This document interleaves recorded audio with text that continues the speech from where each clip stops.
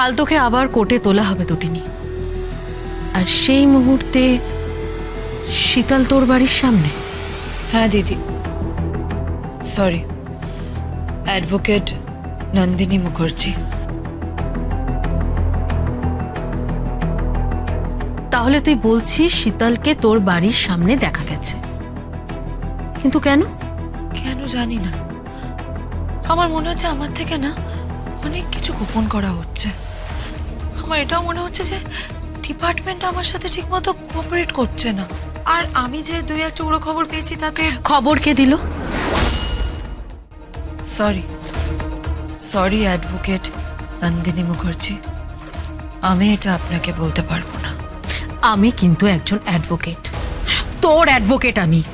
আমি এই কেসটা কিন্তু তোর হয়ে লড়ছি না, তুই কেসটা শুধুমাত্র টাকার জন্য লড়ছিস।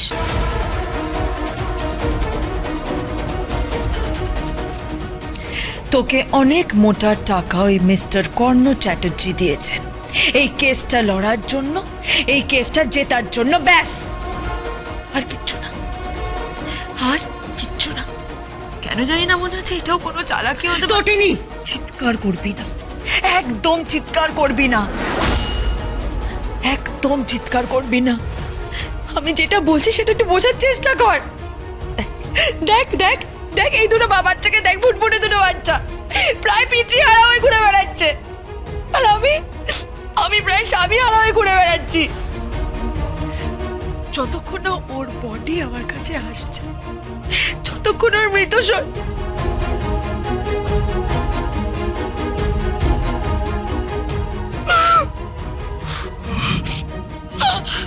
আমি না, আমি বলতেও পারছি না, আমার খুব খারাপ লাগছে রে, খুব কষ্ট হচ্ছে, আমার খুব কষ্ট হচ্ছে। কিন্তু যতক্ষণ না আমি ওর মৃত শরীর, কিন্তু না না, ও ও হতে পারে কমন ম্যান, কিন্তু ও না একদম অন্যরকম একটা মানুষ, জানিস? এত সহজেও আমাকে ছেড়ে চলে যেতে পারে না, এত সহজে ও মরে যেতে পারে না, না, এত সহজে ওকে কেউ মারতে পারে না, না না না না না। আর সেদিন আমি তো একটা গুলি, হ্যাঁ হ্যাঁ হ্যাঁ, সেদিন আমি একটা গুলি চালিয়েছিলাম, হ্যাঁ মনে পড়েছে, আমার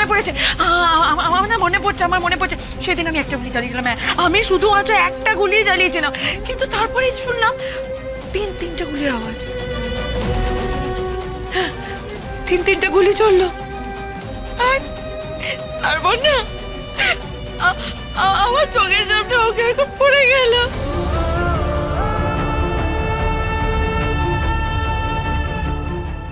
আমার দিকে টান করলো, জানিস, টান করলো আমার দিকে, কে গোটা বিস্ময় নিয়ে আমার দিকে তাকিয়েছিল, কি অদ্ভুত দৃষ্টিতে তাকিয়েছিল।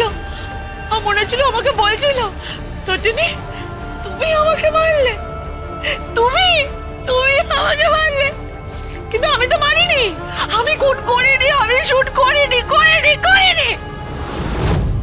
আমি তোকে ভালোবাসি, আমি ওকে খুব ভালোবাসি, আর আমি জানি ও আমাকে ভালোবাসে।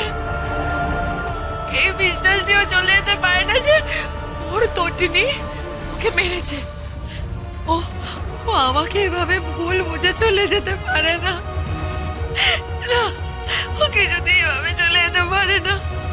আর আমি তো ওকে মারিনি, আমি খুন করিনি, আমি ওকে মারিনি। আদালতে ইমোশন চলে না, আদালতে আবেগ চলে না, চলে লজিক, চলে এভিডেন্স, চলে ল, আইন।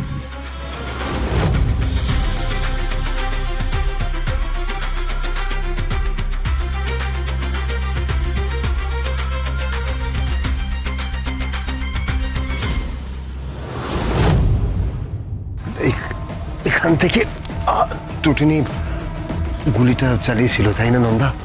হ্যাঁ, আমি ওখানটায় দাঁড়িয়েছিলাম, আর এখানে একটা সাজানো বিয়ের মণ্ডপও ছিল, যেটা যেটা যেটা আমার আমার মনে আছে, টুটিনি যদি গুলিটা করে থাকে তাহলে তাহলে টার্গেট মিস করেছে।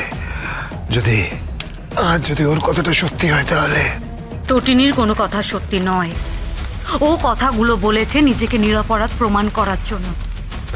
ও যে কথাগুলো বলেছে সেগুলো সব যে সত্যি হবে তার তো কোনো কারণ নেই।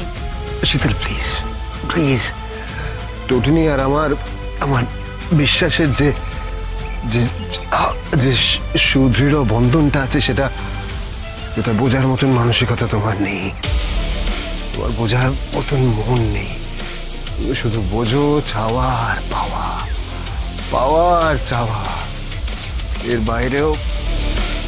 বাইরেও ভালোবাসায় একটা জায়গা আছে শীতল, ভালোবাসায় ছাড়া আছে, ভালোবাসায় ছাড়তে হয়। যে যাকে যত বেশি ভালোবাসে তাকে তত বেশি ছাড়তে হয়।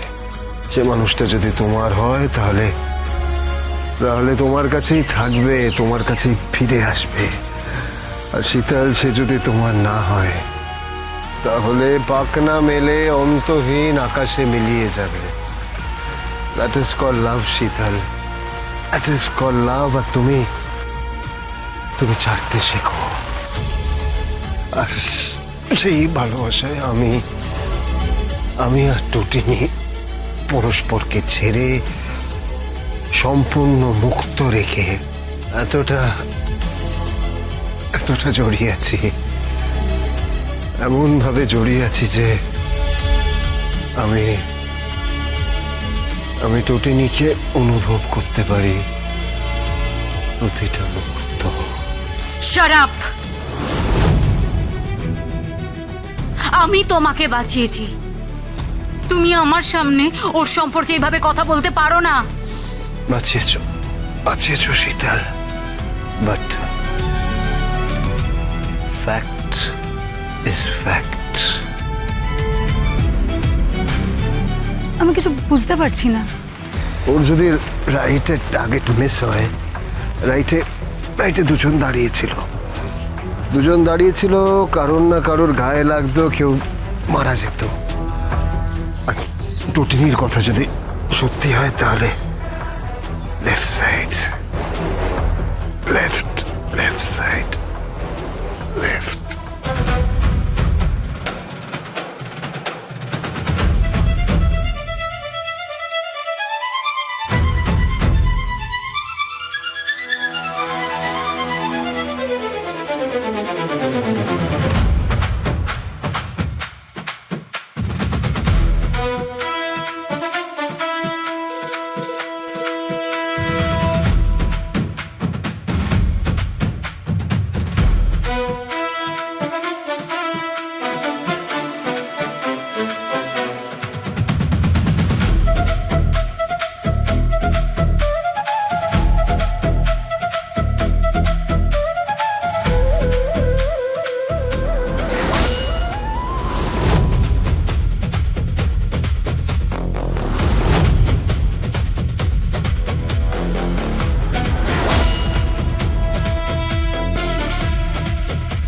এটা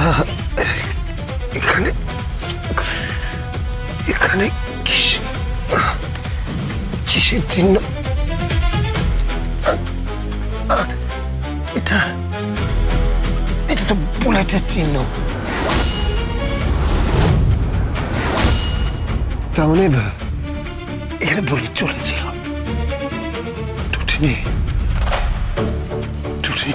বলছিল, আর টুটিনি বড়